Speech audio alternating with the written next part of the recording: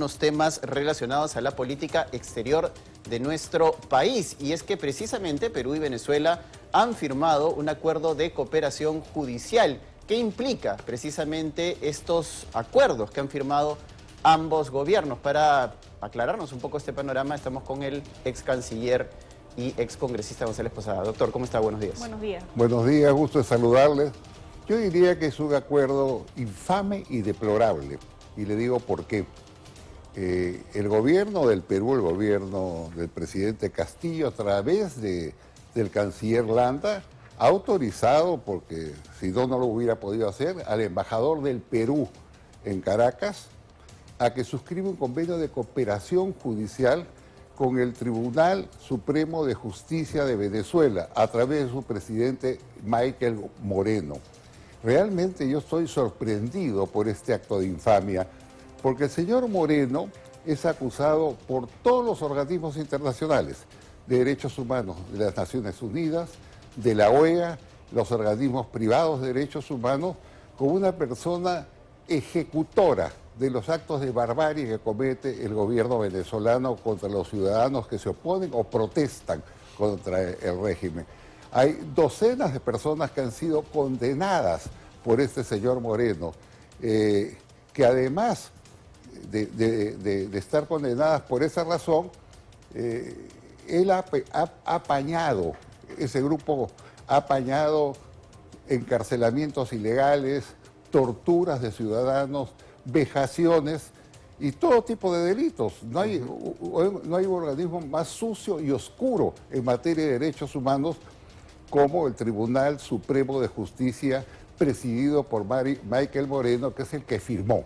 Pero para que conozca la opinión pública el nivel del personaje que estamos refiriendo, él era un agente de inteligencia de Venezuela y el año 1987 fue apresado, fue detenido por asesinato en Ciudad Bolívar y estuvo 2 años en la cárcel por asesinato.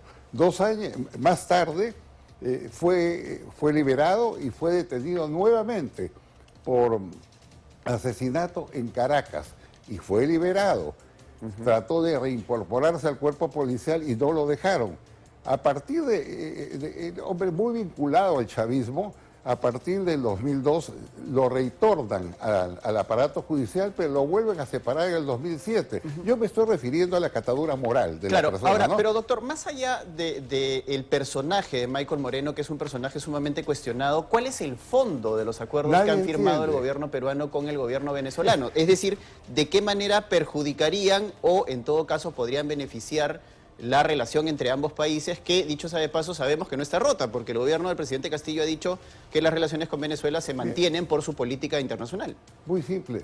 ¿Cómo vamos a firmar un convenio de cooperación judicial con un verdugo que ha encarcelado a docenas de venezolanos, ha protegido a quienes torturan a estos seres humanos? ¿Cómo vamos a hacer eso? Es como mañana el Perú firme un convenio de derechos humanos y con Rusia, de Putin, cuando está bombardeando ciudades. Es una vergüenza ese acuerdo, al cual tendrá que responder no solamente el canciller, sino también el ministro de Justicia del Perú, que tiene que haber autorizado que se firme ese documento. Lo entendemos perfectamente. Aquí creo que todos estamos de acuerdo que el régimen de Nicolás Maduro es un régimen bárbaro, pero de alguna manera tiene reconocimiento. De hecho, hasta la ONU va el señor Maduro a dar discursos.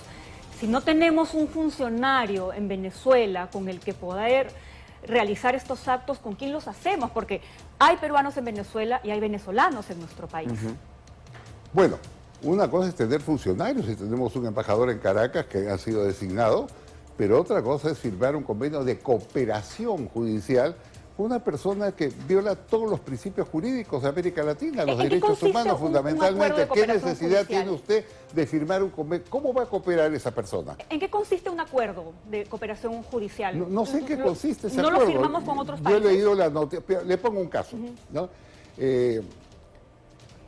Luis Humberto de la Sota, que es un capitán de navío nacido en el Perú, de padre y madre peruanas, de hermanos peruanos, está preso hace 4 años, en una mazmorra, vejado, maltratado, torturado, según Naciones Unidas y según la Comisión de Derechos Humanos de la OEA.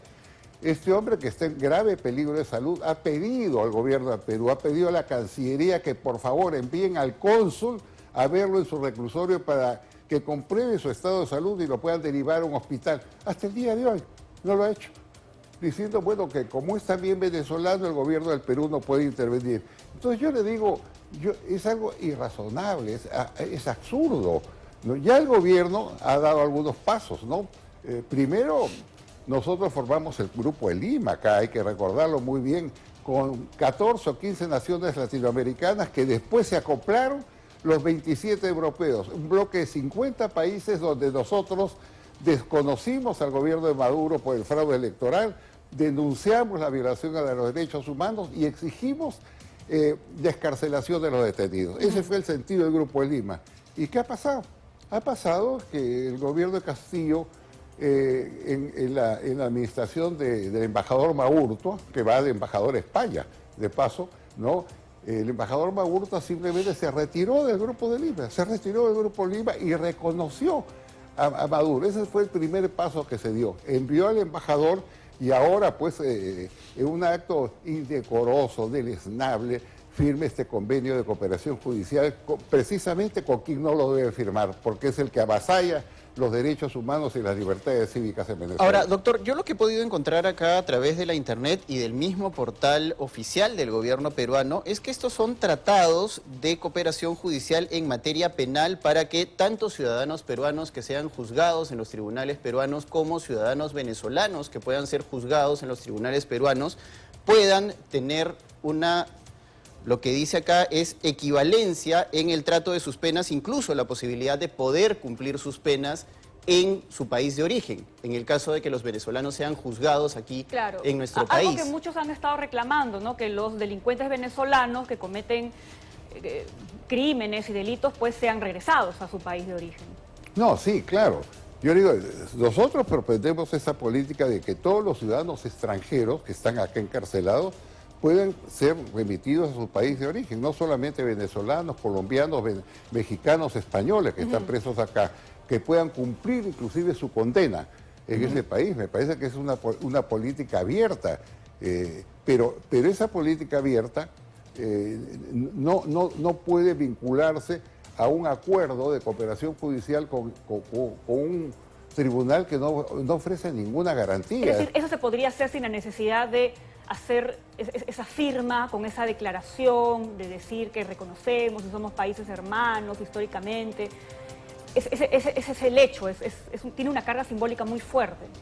Mire, yo tengo otra perspectiva de visión, ¿no? Se está legitimando a un tribunal sometido a un régimen dictatorial. Es lo que yo veo como mensaje que ha lanzado el Perú y que ha generado también la protesta de toda la comunidad venezolana en el exilio, ¿no?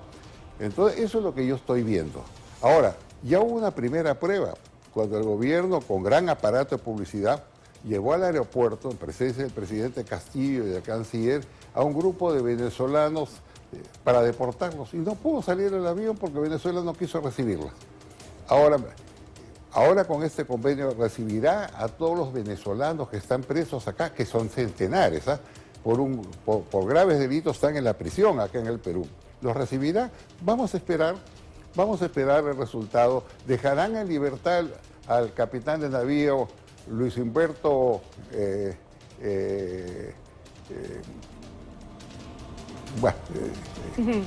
la Sota, ¿no? ¿Dejarán en libertad o no dejarán en libertad? Pero en todo caso es una mala noticia, porque yo por lo menos no firmaría convenio de cooperación, no con una dictadura que justamente utiliza el aparato político judicial para reprimir a la oposición.